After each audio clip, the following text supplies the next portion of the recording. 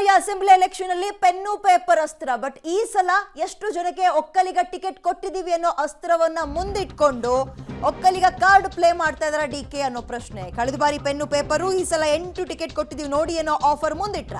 ಹಳೆ ಮೈಸೂರು ಭಾಗದ ಒಕ್ಕಲಿಗ ಭದ್ರಕೋಟೆಯನ್ನ ಜೆಡಿಎಸ್ ಪಾಲಿಗೆ ಹೋಗೋದನ್ನ ತಪ್ಪಿಸೋಕೆ ಮತ್ತೊಮ್ಮೆ ಪ್ರಯತ್ನ ಮಾಡ್ತಾ ಇದಾರ ಡಿಕೆ. ಕಾಂಗ್ರೆಸ್ 8 ಒಕ್ಕಲಿಗರಿಗೆ ಟಿಕೆಟ್ ಕೊಟ್ಟಿದೆ ನೆನಪಿಡಿ ಅಂತ ಹೇಳೋದ್ರ ಮುಖಾಂತರ ಜೆಡಿಎಸ್ ಬಿಜೆಪಿ ವಿರುದ್ಧ ರಾಜಕೀಯ ಅಸ್ತ್ರವಾಗಿ ಈ ಒಕ್ಕಲಿಗ ಕಾರ್ಡ್ ಅನ್ನ ಕಾಂಗ್ರೆಸ್ ಕೈಗೆತ್ಕೊಂಡಂಗೆ ಕಾಣಿಸ್ತಾ ಇದೆ. ಬೆಂಗಳೂರು, ಮಂಡ್ಯ, ಹಾಸನ ಎಲ್ಲ ಕಡೆ ಒಕ್ಕಲಿಗ ಅಸ್ತ್ರ ಪ್ರಯೋಗ ಮಾಡ್ತಾ ಇದ್ದಾರೆ ಡಿಕೆ. ಜೆಡಿಎಸ್ ದೇವೇಗೌಡರ ಕುಟುಂಬದ ವಿರುದ್ಧ ಕೂಡ ಒಕ್ಕಲಿಗ ಕಾರ್ಡ್ ಪ್ಲೇ ಮಾಡೋದ್ರ ಮುಖಾಂತರ ಅಸೆಂಬ್ಲಿ ಎಲೆಕ್ಷನ್ ಅಲ್ಲಿ ನಾವು ಬ್ರೇಕ್ ಇಂತ ಮುಂಚೆ ಡಿಸ್ಕಸ್ ಮಾಡ್ತಾ ಇದ್ವಿ, ಅದನ್ನೇ ನೋಡಿ ನಿಮ್ಮ ಮನೆ ಬಾಗ್ಲಿಗೆ ಅಧಿಕಾರ ಹುಡ್ಕೊಂಡ್ ಬಂದಿದೆ ಅಂತ ಹೇಳೋದ್ರ ಮುಖಾಂತರ ಗೆದ್ದಿದ್ರು. ಅದು ಒಕ್ಕಲಿಗ ಮತಗಳು ಬಂದಿತ್ತು ಕಾಂಗ್ರೆಸ್ ಮನೆಗೆ. ಉದಾಹರಣೆ ಗೆದ್ದೇ ಬಿಟ್ರಲ್ಲ, ಇನ್ನೇನು ಎಕ್ಸಾಂಪಲ್ ಕೊಡೋದು. ಇದರ ನಡುವೆ ಈಗ ಈ ಎಲೆಕ್ಷನ್ಗೂ ಕೂಡ ಅದೇ ಕಾರ್ಡ್ನ ಪ್ಲೇ ಮಾಡ್ತಾ ಇದ್ದಾರೆ.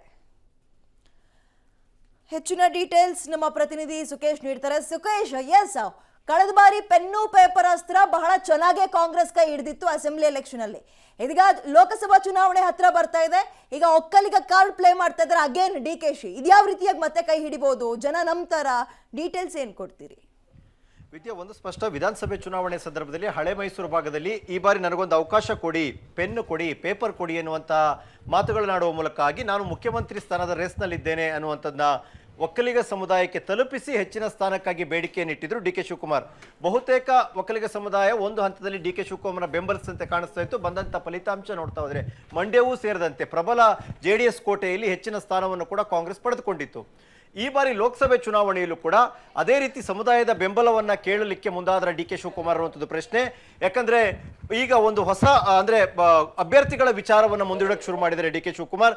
8 ಜನ ಒಕ್ಕಲಿಗರಿಗೆ ನಾವು ಟಿಕೆಟ್ ಕೊಟ್ಟಿದ್ದೇವೆ ಈ ಬಾರಿ ಲೋಕಸಭೆಯಲ್ಲಿ, ನೆನಪಿಡಿ ಅನ್ನುವ ಮೂಲಕವಾಗಿ ಈಗಲೂ ಕೂಡ ಸಮುದಾಯದ ನಮಗೆ ಬೆಂಬಲಿಸಿದ ಮಾದರಿಯಲ್ಲಿ ಈಗಲೂ ಬೆಂಬಲಿಸಿ ಎನ್ನುವಂಥ ಬೇಡಿಕೆಯ ಜೊತೆಗೆ ಸಮುದಾಯದವರಿಗೆ ಹೆಚ್ಚಿನ ಅವಕಾಶವನ್ನು ಕೊಟ್ಟಿದ್ದೀವಿ ಅನ್ನೋದನ್ನ ಮುಂದಿಟ್ಟುಕೊಂಡು ಹಳೆ ಮೈಸೂರು ಭಾಗ, ವಿಶೇಷವಾಗಿ JDSನ ಭದ್ರಕೋಟೆ ಆಗಿರ್ತಕ್ಕಂಥ ಹಾಸನ ಇರ್ಬೋದು, ತುಮಕೂರು ಇರ್ಬೋದು, ಮಂಡ್ಯ ಇರ್ಬೋದು, ಮೈಸೂರು, ಈ ಭಾಗದಲ್ಲಿ ಹೆಚ್ಚಿನ ಸ್ಥಾನವನ್ನು ಗಳಿಸ್ಕೊಳ್ಳಿಕ್ಕೆ ಅಥವಾ ಗೆಲ್ಲಿಸ್ಕೊಳ್ಳಿಕ್ಕೆ ಬೇಕಾದಂಥ ವಾತಾವರಣ ನಿರ್ಮಾಣ ಮಾಡುವಂಥ ಪ್ರಯತ್ನಕ್ಕೆ ಡಿ ಕೆ ಶಿವಕುಮಾರ್ ಅವರು ಮುಂದಾದಂತೆ ಕಾಣ್ತದೆ.